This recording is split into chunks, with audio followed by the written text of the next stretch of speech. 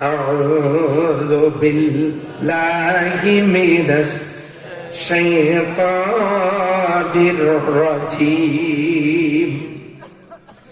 বিসমিল্লাহির রাহমানির রাহিম। فليعبدوا رب هذا البيت الذي أطعمهم من جوع وآمنهم من خوف। آمنت بالله। বিতাড়িত মুরতাদ শয়তান থেকে আল্লাহর দরবারে আত্মরক্ষা করছি। দয়াময় আল্লাহর নামে শুরু করছি সূরা কুরাইশ। মনে থাকবে কোন সূরা?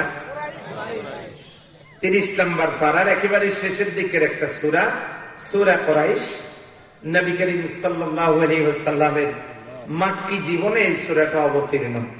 মোট আয়াত 4টা, রুকু 1টা।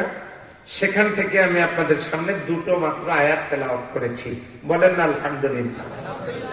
কোন সূরা? কয়টা আয়াত? 3 এবং 4। এই 2টা আয়াত আমি আপনাদের সামনে তেলাওয়াত করেছি। সম্মানিত ভাইরা, কি আছে এর ভিতরে?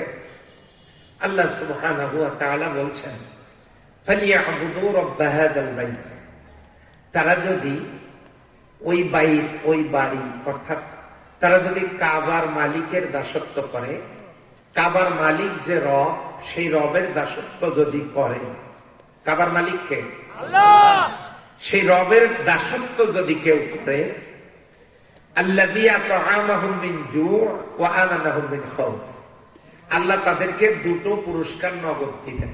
সুবহানাল্লাহ, সুবহানাল্লাহ। কালকে সকালে ভাত খাওয়ার পর 2টো পুরস্কার নগদ দিবেন আল্লাহ। কেউ যদি কাবার মালিক রবের দাসত্ব করে, আল্লাহ নগদ পুরস্কার দেবেন 2টো। নাম্বার 1 গিফট, প্রথম পুরস্কার, আল্লাযী আত'আমাহুম মিন জু', তিনি তাদেরকে ক্ষুধা লাগলে খাওয়াবেন। অভাব অনাটন দূর করে দেবেন, ক্ষুধা লাগলে খাওয়াবেন। 2 নাম্বার, ওয়া আমানাহুম মিন খাউফ, বিপদ আপদ মুসিবতে, টেনশন, হেজিটেশন, ফ্রাস্ট্রেশনে, সকল প্রকারের দুশ্চিন্তায় তিনি নিরাপত্তা দান করবেন। এই 2টো পুরস্কারের জন্য কাজ করা লাগবে একটা। কয়টা? একটা। একটা কাজ হলো ফালিয়াবুদু রাব্ব হাযাল বাইত, তারা যেন কাবার মালিকের দাসত্ব করে, গোলামি করে। আরেকবার বলেন আল্লাহু আকবার। কেন করবেন? আল্লাহ রাব্বুল আলামিন জানায় দিলেন, ওয়া মা খালাকাতুল জিন্না ওয়াল ইনসা ইল্লা লিয়াবুদুন।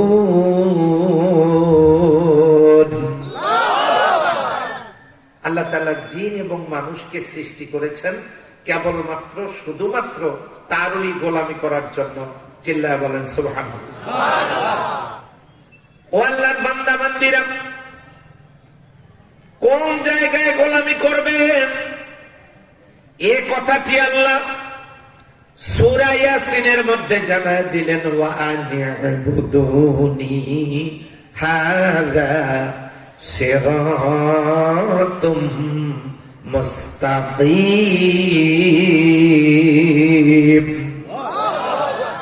জীবনের সকল মহড়ায়, সব জায়গায় গোলামি হবে কার?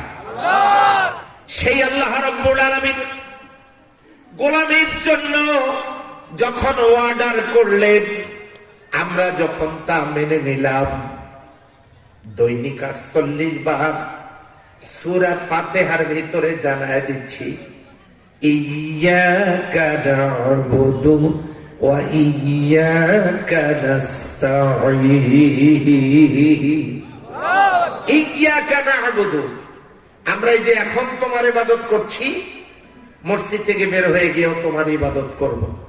ওয়া ইয়্যাকা নাস্তাঈন, এখন তোমার কাছে সাহায্য চাচ্ছি, আর এই মসজিদ থেকে বের হয়ে অন্য জায়গাতেও তোমার সাহায্য চাইতেই থাকিব।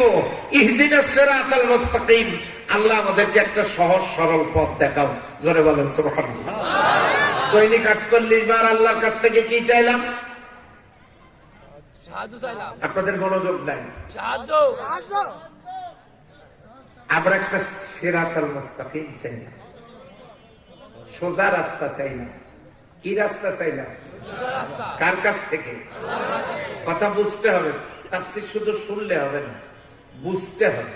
এবং বুঝলে আমার মনে হয় ক্লিয়ার হয়ে যাবে, আর কোন সমস্যা হওয়ার কথা না। এবার লক্ষ্য করুন, ফালিয়াবুদু রাব্বা হাযাল বাইত, তারা যেন কাবার মালিকের দাসত্ব করে। আমরা সূরা ফাতিহার মধ্যে কার ইবাদতের কথা বললাম? ইয়্যাকা না'বুদু, কেবল তোমারই ইবাদত করছি এবং করব। ওয়া ইয়্যাকা নাস্তাঈন, তোমার কাছে সাহায্য চাইতেছি এবং চাইতেই থাকিব। ইহদিনাস সিরাতাল মুস্তাকিম, আল্লাহ সোজা সহজ সরল সঠিক একটা রাস্তা আমাদেরকে দান করো। আল্লাহ রাব্বুল আলামিন জানাই দিলেন, ওয়া আনি'বুদুনি হাযা সিরাতুল মুস্তাকিম, আমার দাসত্ব করো, এটাই সোজা রাস্তা। সুবহানাল্লাহ বলেন। সম্মানিত ভাই, কয়বার চাইলাম দৈনিক? বলেন 48 বার চাইলাম। 48 বার আল্লাহর কাছে চাইলাম সোজা রাস্তা দেখাও। এই এলাকার কোন ছেলের নাম জসিম হয়েছে ডায়রিয়া, তার ছোট ভাই নাম রবিউল। জসিম নামের কেউ থাকলে মন খারাপ করবেন না, রবিউল নামের কেউ থাকলে মন খারাপ করবেন না, এটা একটা উদাহরণ। জসিমের কি হয়েছে? ডায়রিয়া। ছোট ভাইয়ের নাম কি?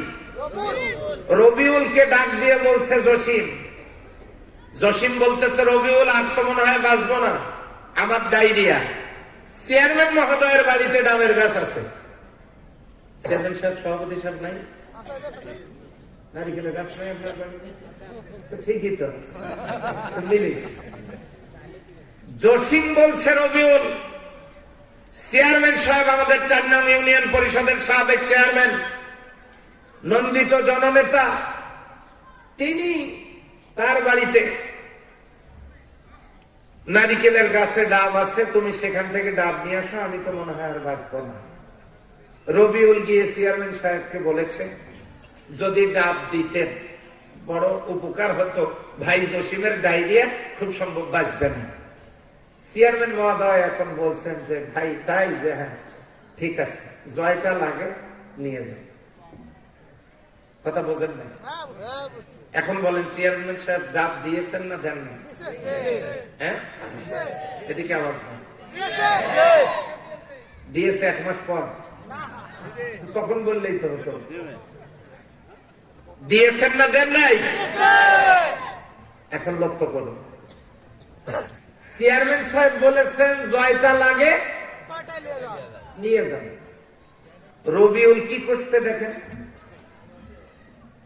নারিকেলের গাছের নিচে কিছুক্ষণ দাঁড়ায় থেকে জসিমকে গিয়ে বলছে, তোমার কপালে ডাবের পানি নাই।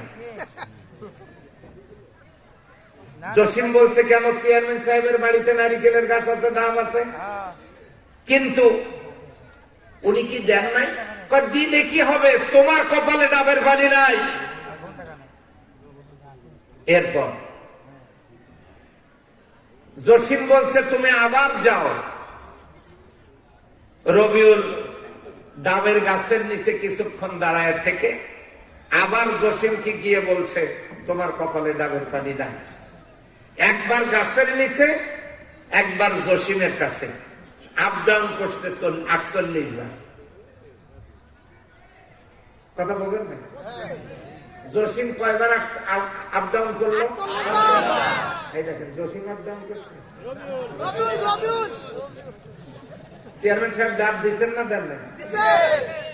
কিন্তু জসিম আপ ডাউন করছে ডায়রিয়া নিয়ে। তাহলে আপনারা কি বুঝতেছেন আলোচনা? মনে রাখতে না পারলে তো কিছুই বুঝবেন না, কালকে উল্টা পাল্টা বলে। আর আমি কি সেই রকম বক্তা নাকি? কানে হাত দিয়ে টান মারবো, বাজান রে হরিণ একটা বান্দা ছিল গাছের তলায়। গাঁজাখুরি আলোচনা করার জন্য তো আমি আসিনি। আমার কথার সাথে কোরআন হাদিস থাকলে আপনি এখানে থাকবেন জায়েজ, আর যদি না থাকে উঠে গিয়ে ঘুমানো আপনার জন্য ওয়াজিব। লক্ষ্য করুন, চেয়ারম্যানকে দিয়ে ধরেছি, মনে করেছেন ছাড়বো নাকি কাউকে? আজকে একটু থামে দেখেন। সম্মানিত ভাইরা, চেয়ারম্যান সাহেব কিন্তু ডাব দিয়ে দিয়েছেন।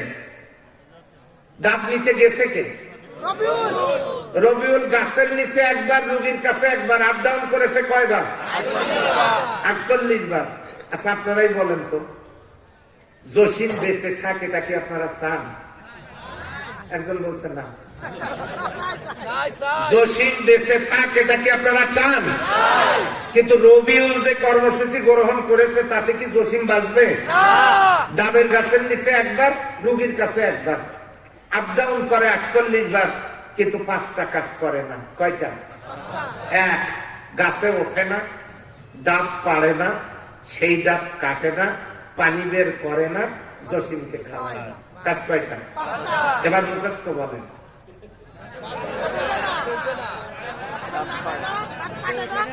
আমি কি 2 নাম্বারটা বলছি? 1 নাম্বার কি?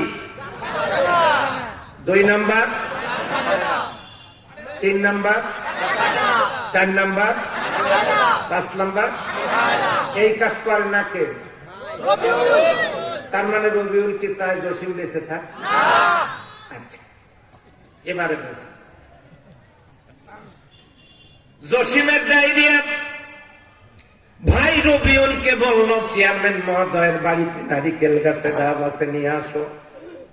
রবিউল গিয়ে যখন ডাব চাইলেন, চেয়ারম্যান মহোদয় বললেন জয়টা লাগে নিয়ে যান। এবারে রবিউল গাছের কাছে কিছুক্ষণ দাঁড়ায় থেকে রুগীকে এসে বলে তোমার কপালে ডাবের পানি নাই। আপ ডাউন করেছে 48 বার, কাজ করে নাই কয়টা? আওয়াজ দেন। 1 নাম্বারে, 2 নাম্বারে, 3 নাম্বারে, 4 নাম্বারে। 4 নাম্বার মানে 4 নাম্বার ইউনিয়নের চেয়ারম্যান সেটা?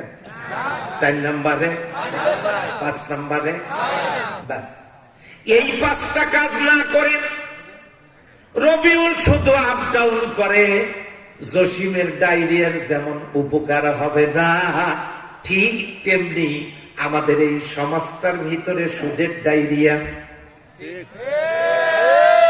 ঘুষের ডায়রিয়া, জেনার ডায়রিয়া, দুর্নীতির ডায়রিয়া, ভোট ছাড়া নির্বাচনের ডায়রিয়া, অন্যায় বিচারের ডায়রিয়া, নারী নির্যাতনের ডায়রিয়া, খুন খারাপের ডায়রিয়া। তার মানে গোটা সমাজ এখন ডায়রিয়ায় আক্রান্ত। আস্তে করে বলতে হবে, কথা ঠিক না ঠিক? জসিমের ডায়রিয়া ভালো করার জন্য চেয়ারম্যান মহোদয়কে গিয়ে যখন ডাবের প্রস্তাব দেয়া হলো, চেয়ারম্যান মহোদয় বললেন জয়টা লাগে নিয়ে যান। তার মানে উনি দিয়েই দিয়েছেন, কিন্তু রবিউল 48 বার আপ ডাউন করেছে, কাজ করে নাই কয়টা? এই কথা বললাম এই জন্য, দৈনিক 48 বার নামাজের ভিতরে দাঁড়ায় আপনারা বলেছেন ইহদিনাস সিরাতাল মুস্তাকিম। আল্লাহ একটা ডাব দাও। কি করবা ডাব দিয়ে? সমাজের মধ্যে সুদ ঘুষ দুর্নীতি অশ্লীলতা বেহায়াপনার ডায়রিয়া, অন্যায় বিচারের ডায়রিয়া। এই ডায়রিয়ার ট্রিটমেন্ট করব, আল্লাহ একটা ডাব দাও, একটা সোজা রাস্তা দাও। কথা কি বুঝতেছেন আপনারা? কয়বার? কয়বার? কয়বার? 48 বার দৈনিক। আপনি নামাজের ভিতরে আল্লাহর কাছে ডাব চাইলেন, সোজা রাস্তা চাইলেন। আওয়াজ দিয়ে বলেন তো, সোজা রাস্তাটার নাম কি? আল্লাহ রাব্বুল আলামিন বলেন সোজা রাস্তা চাইছো, ট্রিটমেন্ট করবা ডায়রিয়ার, তাই আমি সোজা রাস্তা দিয়ে দিলাম। ওয়া আনি'বুদুনি হাযা সিরাতুম মুস্তাকিম। সোজা রাস্তা দিয়ে দিলাম, এবারে চিল্লা বলেন সেই সোজা রাস্তার নাম কি? এই কোরআন আমার আওয়ামী লীগের ভাইদের বাড়িতে আছে না নাই? আমার বিএনপির ভাইদের বাড়িতে আছে না নাই? তাবলীগ জামাত যারা করেন তাদের বাড়িতে আছে না নাই? সকল দলের নেতা কর্মী মুসলিম উম্মাহ যারা নারী পুরুষ সবার বাড়িতে কোরআন আছে না নাই? ও আল্লাহর বান্দা বান্দীরা, চেয়ারম্যান মহোদয়ের কাছে নারিকেল ডাব চাইলেন, তিনি তো সেটা দিয়েই দিলেন। আমার আল্লাহর কাছে ডাইরেক্ট ট্রিটমেন্টের জন্য সোজা রাস্তা চাইলেন, আল্লাহ ডাব দিলেন, তার মানে কোরআন তো দিলেন। রবিউল যেমন 5টা কাজ না করার কারণে জসিমের কোনো উপকার হবে না, ঠিক তেমনি আওয়ামী লীগের বাড়িতে কোরআন থাক, বিএনপির বাড়িতে কোরআন থাক, সকল দলের লোকজনের বাড়িতে কোরআন থাক, মসজিদে কোরআন থাক, মাদ্রাসায় কোরআন থাক, হাফেজদের সিনায় কোরআন থাক, তাফসীর মাহফিলের মঞ্চে কোরআন থাক, সব জায়গায় এই ডাব থাক, যতক্ষণ পর্যন্ত রবিউলের মতো 5টা কাজ করা না হবে ততক্ষণ পর্যন্ত এই সমাজের ডায়রিয়া, তার মানে সমাজ সুস্থ হওয়ার কোনো সম্ভাবনা নাই। সেই 5টা কাজের কথা জানার দরকার আছে না নাই? 1 নম্বরে বাড়িতে গিয়ে আল্লাহর কোরআন খুলতে হবে। কি করতে হবে? কি করতে হবে? খুলতে হবে। 1 বছর বুকে হাত দিয়ে দেখেন নিজে নিজে যে আল্লাহ আপনাকে অন্ধ বানাতে পারতেন। অবশ্য কিয়ামতের দিন অন্ধ বানাবে না, কিয়ামতের দিন আল্লাহ অন্ধ বানাবে। আমাদের রংপুরের কোরআনে আছে সূরা তহার 155, 124 এবং 25 নম্বর আয়াতে আছে কিয়ামতের দিন আল্লাহ অন্ধ বানাবে। এটা রংপুরের কোরআন আছে, এটা রাজশাহীতে আসে নাই এখন। 1 নম্বরে খুলতে হবে। আপনি 1 বছরের মধ্যে কোনদিন খোলেন নাই। আল্লাহ বলেছেন ওমান আ'রাদা আন যিকরি ফাইন্না লাহু মাঈশাতান দানকা ওয়া নাহশুরুহু ইয়াওমাল কিয়ামাতি আমা। এই লোকগুলোকে অন্ধ করে তুলব। দল করেন, নেতা, হ্যাঁ, মারা যাওয়ার পর কবরে যখন ফেরেশতা জিজ্ঞাসা করবে যে আমার দিনুকা, আর আপনি বলবেন আমি বিএনপি সেক্রেটারি, হ্যাঁ, এটা বলবেন আর সাথে সাথে নাজাত দিয়ে দিবে, এটা মনে করেছেন? এই কান লাগা অন্ধ করে তুলবেন। অথচ আপনার বাড়িতে কোরআন আপনি কোনদিন খোলেন না, পড়েন না, বোঝেন না, মানেন না, এলে পড়েন না। আল্লাহর নবী কিয়ামতের দিন বলবেন অকাল রাসূলু ইয়া রাব্বি ইন্না কওমি ইত্তাখাযু হাযাল কুরআনা মাহজুরা। আমার উম্মতের মধ্যে ওই লোকগুলো যারা কোরআনকে তামাশা হিসেবে গ্রহণ করেছিল। বাড়িতে কোরআন ছিল, পড়ে নাই, খোলে নাই, বোঝে নাই, মানে নাই, এগুলো কিচ্ছু করে নাই। কোরআন নিয়ে নবীজি আল্লাহর দরবারে মামলা দিয়ে দিবেন। সেদিন কি করবেন? সেদিন কোন নেতা নেত্রী আপনাদেরকে উদ্ধার করবে? বলেন, কথা বোঝেন? আমার কথা কি বোঝা যায়? কেউ কি উদ্ধার করবে সেদিন? উদ্ধারের উপায় আছে? নাই। তা আপনার বাড়িতে কোরআন আপনি পড়েন না কেন? আমি তো ওই কথাই বলি, বঙ্গবন্ধু স্বাধীনতার মহান স্থপতি বঙ্গবন্ধু, তিনি ইসলামিক ফাউন্ডেশন প্রতিষ্ঠিত করেছেন দুঃখ কপালে, অথচ সেই বঙ্গবন্ধুর দলের কর্মীরা কোরআন, হাদিস, তাফসীর এগুলো পড়ে, অথচ তিনি ইসলামিক ফাউন্ডেশন প্রতিষ্ঠিত করেছেন। তারাই তো এখানে বক্তব্য দেওয়ার কথা কোরআন হাদিস নিয়ে, কারণ প্রতিষ্ঠাতা বঙ্গবন্ধু ইসলামিক ফাউন্ডেশনের। তারাই তো কোরআন নিয়ে তাফসীর করার কথা, তারাই তো হাদিস নিয়ে বক্তব্য দেওয়ার কথা, কিন্তু দুঃখজনক হলেও সত্য, নেতা নেতৃত্ব পদ আর পদমর্যাদা তারা যতটা বুঝেছেন সেই তুলনায় তারা কোরআন হাদিস বোঝেন। মনে কষ্ট নিয়েন না, উনি প্রতিষ্ঠিত করেছেন তো পড়ার জন্য। কথা বলেন ঠিক কিনা? এবারে লক্ষ্য করুন, 1 নম্বরে রবিউল কাজ কয়টা করে নাই? মনে থাকবে তো? 1 নম্বরে বাড়িতে গিয়ে কোরআন খুলতে হবে। কি করতে হবে? সবাই বলেন। 2 নাম্বার, 3 নাম্বার, জি না। 1 নম্বরে খুলতে হবে, 2 নম্বরে পড়তে হবে, 3 নম্বরে বুঝতে হবে, 4 নম্বরে মানতে হবে, 5 নম্বর এই কাগজের পাতায় কোরআন যদি কিয়ামত পর্যন্ত ছাপানো থাকে, এই কাগজের এই পৃষ্ঠে আগুন আর এই পৃষ্ঠে পানি যদি কিয়ামত পর্যন্ত লেখা থাকে, এটা যেমন পানিতে না দিলে ভিজবে না, আগুনে না দিলে পুড়বে না, ঠিক তেমনি কাগজের পাতায় যদি কিয়ামত পর্যন্ত কোরআনের আয়াত লেখা থাকে, আর সেই কোরআন দিয়ে মসজিদ যদি ভর্তি থাকে, মাদ্রাসা যদি ভর্তি থাকে, বাড়িতে বাড়িতে যদি মাদ্রাসা হয়, প্রত্যেক বাড়িতে যদি হাফেজ হয়, প্রত্যেক ওয়াক্তে যদি মসজিদে তাফসীর হয়, সমাজের একটি পাপও বন্ধ হবে না যতক্ষণ পর্যন্ত কাগজের পাতা থেকে কোরআনের আয়াতগুলো আমলের মাধ্যমে জমিনে প্র্যাকটিক্যাল করা না হবে। এই কাগজে আগুন পানি লেখা, এটা প্র্যাকটিক্যাল করতে হবে। ভিজানোর জন্য কোথায় দিতে হবে? পোড়ানোর জন্য কোথায় দিতে হবে? তাহলে লেখা থাকলে যেমন পড়েও না, ভেজেও না, প্র্যাকটিক্যাল করা লাগে, ঠিক তেমনি কাগজের পাতায় আছে, গোটা দুনিয়া জুড়ে কোরআন আছে, অথচ আল্লাহর কোরআনের আয়াতগুলো আমলের মাধ্যমে প্র্যাকটিক্যাল হচ্ছে না। এই জন্যই তো আল্লাহর নবী বলেছেন, ইয়াতি আলান নাসি জামানুন, খুব শীঘ্রই একটা জামানা আসতেছে, ইয়াজতামিউনা, দলে দলে লোক একত্রিত হবে, ওয়ায়ুসাল্লুনা, তারা নামাজ পড়বে জামাতের সাথে, ফিল মাসাজিদ, মসজিদের ভিতরে। দলে দলে লোক একত্রিত হয়ে মসজিদের ভিতরে জামাতের সাথে নামাজ পড়বে, ওয়ালাইসা ফীহি মুমিন, এদের মধ্যে একজনও মুমিন থাকবে না। এটা কিন্তু চাকরিখানি ব্যাপার না। বাড়িতে যাবেন আর চিন্তা করবেন, সবার বাড়িতে কোরআন আছে, আছে, সবার বাড়িতে কোরআন আছে, কিন্তু আমরা কোরআন খুলি না, পড়ি না, বুঝি না, মানি না। কাগজের পাতা থেকে সেই লেখা কোরআনের আয়াতগুলো আমলের মাধ্যমে প্র্যাকটিক্যালও করি না, ফলে সমাজের টাই দিয়েও ভালো হচ্ছে না।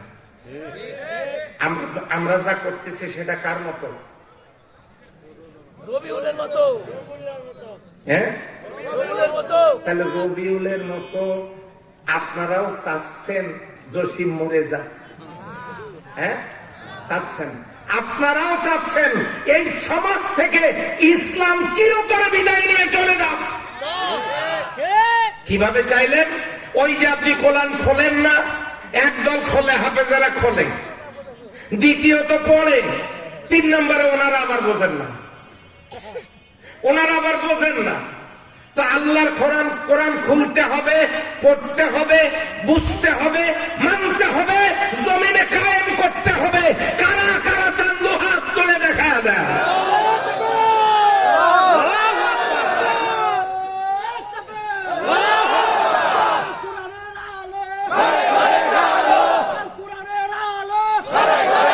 আলহামদুলিল্লাহ, হাত তামাম। সম্মানিত ভাইরা, টেলিভিশন হ্যালো সব ইসলাম শৈলী জ্ঞান। জি, সম্মানিত ভাইরা, এবারে লক্ষ্য করুন, আমি কোন সূরা থেকে আলোচনার জন্য পেশ করেছি। আমি আপনাদের মনোযোগ আকর্ষণ করছি, কোন সূরা থেকে আলোচনার জন্য তেলাওয়াত করেছি? কুরাইশ। এখন আস্তে আস্তে সেদিকে আগাচ্ছি। সেটা হলো, তাহলে আমাদের এই সমাজের ডায়রিয়া ভালো করার জন্য কাজ কয়টা? 1 নম্বরটা কি বলে? এখনো একমত হতে পারেন না। 1 নম্বর একসাথে বলেন। বাড়িতে গিয়ে কোরআন কি করতে হবে? 2 নাম্বার, 3 নাম্বার, 4 নাম্বার, 5 নাম্বার কি করতে হবে? ওই কাগজের পাতা থেকে জমিনে আনতে হবে, তার মানে কালকে গিয়ে সিরিজ জমিনে নাকি? সম্মানিত ভাই, এটা যদি বুঝে থাকেন, আসুন এখন আমরা ইবাদতটা বুঝি। সম্মানিত ভাইয়েরা, আমার মা বোনেরা, ভালো করে কান লাগাতে হবে। ফালিয়াবুদু রাব্বা হাযাল বাইত, তারা যদি কাবার মালিকের দাসত্ব করে। আবু জেহেল কিন্তু কাবা তওয়াফ করত, আবু জেহেল কাবার সভাপতি ছিল, আবু জেহেল কাবার মুতাওয়াল্লি ছিল। আবু জেহেল কাবার মালিক আল্লাহকে মানত। এটা জানেন না আপনারা? জানেন না? হ্যাঁ, আবু জেহেল কাবার মালিক মানত আল্লাহকে। কিভাবে বুঝবেন? যখন বদরের যুদ্ধ হয়, আবু জেহেল কাবার গেলাপ ধরে বলেছিল, ইয়া রব্বে কাবা, হে কাবার রব, বদরের যুদ্ধে আব্দুল্লাহ পুত্র মুহাম্মাদের বিরুদ্ধে যুদ্ধ করার জন্য যাচ্ছি, আজকে যেন তাকে সেখানে নিশ্চিহ্ন করে দিতে পারি। এই দোয়া করেছিল কে বলুন তো? কার কাছে? ইয়া রব্বে কাবা, এ কথা বলে আবু জেহেল কাকে ডেকেছিল? তাহলে আবু জেহেলও কাবার মালিক মানত কাকে? এবার বোঝেন, আমাদের সমাজের নেতা নেত্রীরা, আমাদের সমাজের আমজনতা মসজিদের মালিক মানে কাকে? চেয়ারম্যান সাহেবকে? কাকে মানে? আল্লাহকে। আমরাও মসজিদের মালিক মানি আল্লাহকে। আবু জেহেলও কাবার মালিক মানত আল্লাহকে। মানা তো ঠিকই আছে। আবু জেহেল মসজিদ কমিটির সভাপতি, আল্লাহকে কাবার মালিক মানত। আমাদেরও আছে মসজিদ কমিটি, আমরা সবাই মসজিদকে আল্লাহর ঘর মানি। আওয়াজ দেন, কথা ঠিক কিনা? তাহলে আবু জেহেল জাহান্নামে যাবে কেন আর আমরা জান্নাতে যাব কেন? মাঝখানে একটু ব্যাপার সেবার আছে না ভাই? আবু জেহেল জাহান্নামে যাওয়ার কারণ হলো আবু জেহেল কাবার মালিক মানত আল্লাহকে, কিন্তু সেই আল্লাহর নাজিল করা বিধান কোরআন মানে না। কোরআন না মানার কারণে আবু জেহেলের পরিণতি যা, আমরাও মসজিদের মালিক আল্লাহকে মানি, মসজিদে টাইলস দেই, টাকা দেই, মাইক কিনে দেই, চট দেই, মসজিদ নির্মাণ করি, ইট কিনে দেই, সিমেন্ট দেই, মসজিদে দান করি। আমরাও মসজিদের মালিক মানি আল্লাহকে, কিন্তু আমরাও যদি সেই আল্লাহর নাজিল করা বিধান মানতে রাজি না হই, ওয়ালার equal to I of Islam, there is no difference. Abu জেহেলের পরিণতি যা, আমারও পরিণতি তা, কোনো পার্থক্য নাই। সম্মানিত ভাইয়েরা, তাহলে আবু জেহেল কাবার মালিক একজন মানত, কিন্তু আল্লাহর নাজিল করা, কাবার মালিকের নাজিল করা কোরআন না মেনে জাহান্নামী। এই সমাজে অনেক মানুষ আছেন যারা আবু জেহেলের মতো মসজিদের মালিক আল্লাহকে মানে, কিন্তু আল্লাহর কোরআনের কথা শুনলে আবার মন খারাপ করে। অবশ্য আপনাদের এলাকায় এরকম লোক নাই আমি জানি। এবার আপনারা বলুন তো, এই যে সামনে যে ফুলগুলো দেখা যাচ্ছে, এগুলা কি ফুল না ফুলের মতো? ইউরিয়া সার দেখতে হোমিও বড়ির মতো। বিষয়টা কালকে একখানে করে দেখতেন, ইউরিয়া সার দেখতে হোমিও বড়ির মতো, এই ফুলগুলা দেখতে ফুলের মতো। এই কাগজ ফটোকপি করলে কালকে ফটোকপি করে দেখবেন অরিজিনালের মতো, কিন্তু ফটোকপি যেমন অরিজিনাল না, এই সাজানো ফুল যেমন অরিজিনাল ফুল না, ফুলের মতো। ইউরিয়া সার যেমন হোমিও বড়ির মতো, হোমিও বড়ি না, ঠিক তেমনি ওই দিকের সমাজের কিছু মানুষ আছে যারা দেখতে মুসলমানের মতো, কিন্তু কি না, ও কথা আমি বলবো না, আমাকে তো আবার বাড়ি যাওয়া করতে, তাই না? আর ওটা তো এই দিকের কথা বলে না, ওই দিকের কথা বলেছে। সম্মানিত ভাইরা, এবারে আসেন তাহলে ইবাদতটা কি জানার দরকার আছে না নাই? সম্মানিত ভাইরা, ফালিয়াবুদু রাব্বা হাযাল বাইত, তারা যদি কাবার মালিকের রবের ইবাদত করে। এই রব শব্দের অর্থ পাঁচটার, একটা হলো স্রষ্টা, আমাদের সৃষ্টিকর্তা কে? শুরুতেই বলেছেন আমাদের মালিক কে? বাস, তিনি আমাদের স্রষ্টা। 2 নম্বরে রিজিক দাতা, কি রিজিক দিচ্ছেন তিনি লক্ষ্য করেন। গোশত খাবেন, 34 রকমের গোশত আল্লাহ হালাল করে দিয়েছেন।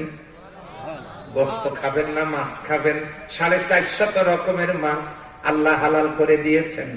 মাছ খাবেন না, অসংখ্য সবজি আল্লাহ দিয়েছেন। সবজি খাবেন না, ডাল দিয়েছেন। ডাল খাবেন না, ফল ফ্রুটস দিয়েছেন। ফল খাবেন না, দুধ দিয়েছেন। দুধ খাবেন না, ডিম দিয়েছেন।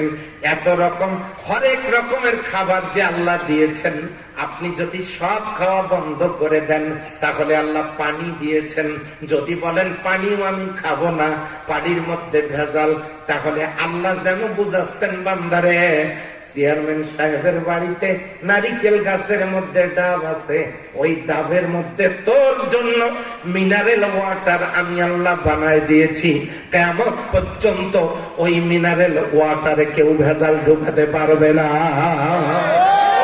আল্লাহ পানি দিয়েছেন। তাহলে এত নাজ নিয়ামত গুলো যে আল্লাহ দিলেন, আল্লাহ বলেন ইন্না রাব্বি ইয়াবসুতুর রিজকা লিমান ইয়াশা, তিনি যাকে ইচ্ছা অপরিমিত রিজিক দান করেছেন, সৃষ্টি করেছেন, রিজিক দিয়েছেন। 3 নম্বরে তিনি হলো আমাদের মাহবুব। এখন বলেন তো, আগে তিনি সৃষ্টি করলেন, তারপরে তিনি রিজিক দিলেন। 10 বছর বয়সে গিয়া তিনি ইবাদতের জন্য নির্দেশ দিয়ে দিলেন। আগে ইবাদতের কথা বলেন নাই, আগে জীবন দিয়েছেন, তৈরি করেছেন, এরপরে বিনামূল্যে খাওয়াইছেন, এখনো খাওয়াচ্ছেন। সূর্য প্রতি সেকেন্ড জ্বালাতে আমার আল্লাহ তাআলার বিদ্যুৎ খরচ হচ্ছে 30,000 কোটি ফারেনহাইট। বিনামূল্যে সূর্যের তাপ পাচ্ছি, প্রতিদিন 16 কেজি অক্সিজেন পাচ্ছি। একজনের জন্য 16 কেজি অক্সিজেন প্রয়োজন। এই 1 কেজি অক্সিজেনের দাম 250 টাকা, 16 কেজি অক্সিজেনের দাম 4000 টাকা। বিনামূল্যে 16 কেজি অক্সিজেন পাচ্ছি। এত নাজ নিয়ামত গুলো ফিরি ফিরি পাচ্ছি আর খাচ্ছি। এরপরে আল্লাহ বলেন বান্দারে, 3 নাম্বার, আমি হলাম মাহবুব। তার মানে তোমরা আমার গোলামি করবে, তোমরা হলে আমার দাস, আমি হলাম মাহবুব। এখন বলেন তো, গোলামি আমাদের করার দরকার আছে না নাই? সেই গোলামি আমাদের দেশের মানুষ মনে করে নামাজে কষ্ট হচ্ছে, নামাজে গোলামি মনে করে। আচ্ছা, একবার চিন্তা করেন তো, নবীজি নামাজ পড়লেন কয়দিন? রাসূল সাল্লাল্লাহু আলাইহি ওয়াসাল্লাম নামাজ পড়েছেন 11 বছর কয়েক মাস মাত্র। এর মধ্যে 17 ওয়াক্ত নামাজ কাজা করেছেন। আমি নামাজ কাজার তালিম দিচ্ছি না আপনাদেরকে। 17 ওয়াক্ত নামাজ বিশ্বনবীর জীবনে কাজা হয়েছে। কেন পড়লেন? নামাজীদেরকে তা জানতে হবে। বদরের যুদ্ধের দিন নামাজ কাজা করেছেন, খন্দকের যুদ্ধের দিনে বিশ্বনবী যুদ্ধের ময়দানে নেতৃত্ব দিচ্ছেন। নামাজের সময় হয়ে গেছে, আল্লাহ নবী নামাজের দিকে যাচ্ছেন। জিবরিল আমিন এসে বলেন, কই যান? আল্লাহ নবী বলেন, নামাজে। জিবরিল আমিন বলেন, কাফেরেরা চতুর্দিক থেকে হামলা করে আপনাকে নিশ্চিহ্ন করে ফেলবে, কাজেই আপনি এখন নামাজে না গিয়ে কাফেরদের মোকাবেলা করতে থাকুন। নামাজকে মুলতবি করা হয়েছে। শুধু খন্দকের যুদ্ধের দিনে আল্লাহ নবী 4 ওয়াক্ত ফরজ নামাজ কাজা করে অন্যায়ের মোকাবেলা করেছেন কোরআনের সমাজ প্রতিষ্ঠার জন্য। সুবহানাল্লাহ বলতে পারলেন না? কোনো সমস্যা না? মঞ্চে কথা বললে তো আমি কথা বলতে পারি না। এই জন্য সমস্যা হলে আমাকে জানাবেন, আমি শেষ করে দেব। লক্ষ্য করুন, কয়েকটা নামাজ কাজা হলো কোথায়? কিসের জন্য? অন্যায়ের মোকাবেলায় যুদ্ধ করতে গিয়ে। কিসের সমাজ কায়েমের জন্য? নবীজি 4 ওয়াক্ত ফরজ নামাজ কাজা করে সাহাবীদেরকে নিয়ে কাফেরদের মোকাবেলা করলেন কোরআনের সমাজ কায়েমের জন্য। আমাদের দেশের মানুষ নামাজকে ইসলাম মনে করে। যেই না কোরআনের সমাজ কায়েমের কথা বলবেন, তখনই তিনি মন খারাপ করেন। আচ্ছা, 2, সামনে রোজা আসতেছে না? রমজান। এই রমজান মাসের মর্যাদা কেন জানেন? হোটেলে গেছেন পরোটা খাওয়ার জন্য, চাইছেন মিষ্টি, মিষ্টি নাই। এখন আপনি বলতেছেন, তাহলে আমাকে একটু মিষ্টি শিরা দেন, পরোটাটা খাই। হোটেলের বয় আপনাকে ডেকে বললেন যে মিষ্টি তৈরি হয় নাই, শিরা পাবো কই? বলছেন না, শিরা একটু দেন, অন্তত পরোটাটা খাই। আচ্ছা বলেন তো, মিষ্টি তৈরি না হলে শিরা পাওয়া যায়? মিষ্টির কারণে শিরার মর্যাদা। গোশত রান্না না হলে আপনি যদি ঝোল চান পাবেন? গোশতের কারণে ঝোলের মর্যাদা। এ কথা বললাম এই জন্য, মিষ্টির কারণে যেমন শিরার মর্যাদা, গোশতের কারণে যেমন ঝোলের মর্যাদা, ঠিক তেমনি রমজানের আলাদা কোনো মর্যাদা নাই। রমজানের মর্যাদা কোরআনের কারণে। রমজানে আল্লাহ কোরআন নাজিল করেছেন, সেই কোরআন যে রমজানে নাজিল হলো, এই রমজান বানান করতে অক্ষর লাগে 5টা। কয়টা?